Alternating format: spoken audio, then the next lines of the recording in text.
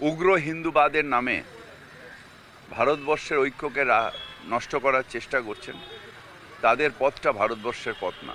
প্রয়োজনে ফিরাদ সাহেবকেও প্যাকেট করে আবার গয়ায় পাঠিয়ে দেওয়া হবে। ফিরাদ হাকিমের মতো একটা উগ্র সন্ত্রাসবাদী ফিরাদের কাছ থেকে জানতে শিখতে হবে নাকি? মহা মুশকিল। যার নেই কোনো বাংলায় স্থান, তার নাম পাকিস্তান। উগ্র হিন্দুত্ববাদ নিয়ে যারা ভারতের ঐক্য নষ্ট করার চেষ্টা করছে, সেই পথ ভারতের পথ নয়। দেখুন, এরকম বহু তৃণমূল কংগ্রেসের নেতা আছেন যারা, আমি বললাম যে সেই এজেন্ডা নিয়ে চলছে। সেই এজেন্ডার লোকেরা, তারা আরএসএসও বোঝে না, তারা ভারতবর্ষও বোঝে না। তারা শুধু একটাই বোঝে, সেটা হচ্ছে দাওয়াতে ইসলাম, গজবায়ে হিন্দ। গজবায়ে হিন্দ হবে না, হবে না, হতে দেব না। যারা দাওয়াতে ইসলাম জানায় তাদের পথ কি ভারতের পথ? যারা মনে করে যারা ইসলাম নিয়ে জন্মায়নি তার পথ কি ভারতের পথ? যে মনে করে যে যারা ইসলাম নিয়ে জন্মায়নি তারা দুর্ভাগ্য নিয়ে জন্মেছে, তার পথ কি ভারতের পথ? এরা আফিং খাইয়ে, সেকুলারিজমের আফিং খাইয়ে সমানে তাদের ইসলামাইজেশনের এজেন্ডা চালিয়ে গেছে। ফিরাদ হাকিমের মতো একটা উগ্র সন্ত্রাসবাদী কথার উত্তর দেওয়ার কোনো মানে হয় না। একদম দায়িত্ব নিয়ে বলছি, কারণ তিনি দাওয়াতে ইসলাম জানান। তার কথাবার্তা কিছুটা ওই বাংলাদেশি সেই হুজুরগুলোর মতো যারা এই কীর্তিগুলো করে। আর এর থেকে বেশি তো আর কিছু বলা যায় না ওনাকে। আবার এর থেকে বেশি কিছু বলা যায় না। স্বামী বিবেকানন্দের নাম উনি মুখে নিয়েছেন, ওনার ভাগ্য বলো কিছুটা যদি পূর্ণ হয়।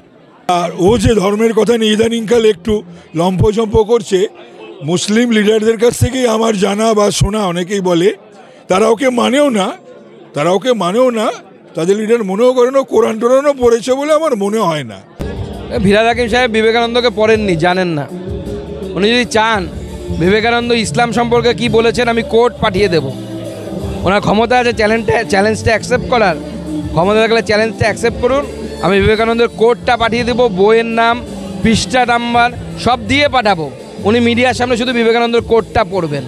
বিবেকানন্দের পথেই ভারতীয় জনতা পার্টি আছে, বিবেকানন্দের পথই হিন্দুত্বের পথ, আর বিবেকানন্দ কোনো নতুন পথ বলে যাননি। এরা বাঙালিকে সেকুলারিজমের আফিং খাইয়ে এরা ইসলামাইজেশনের এজেন্ডা চালিয়ে গেছে বছরের পর বছর। কখনো সেটা ফিরাদ হাকিম, কখনো সেটা রেজ্জাক মোল্লা, কখনো সেটা শামসুদ্দিন কামস। নাম পরিবর্তন হয়েছে, কারো এজেন্ডা পরিবর্তন হয়নি। প্রয়োজনে ফিরাদ সাহেবকেও প্যাকেট করে আবার গয়ায় পাঠিয়ে দেওয়া হবে।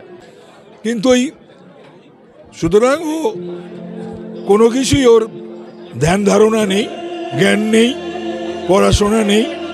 যা পারে বলে, পড়াশোনা করে বলুক।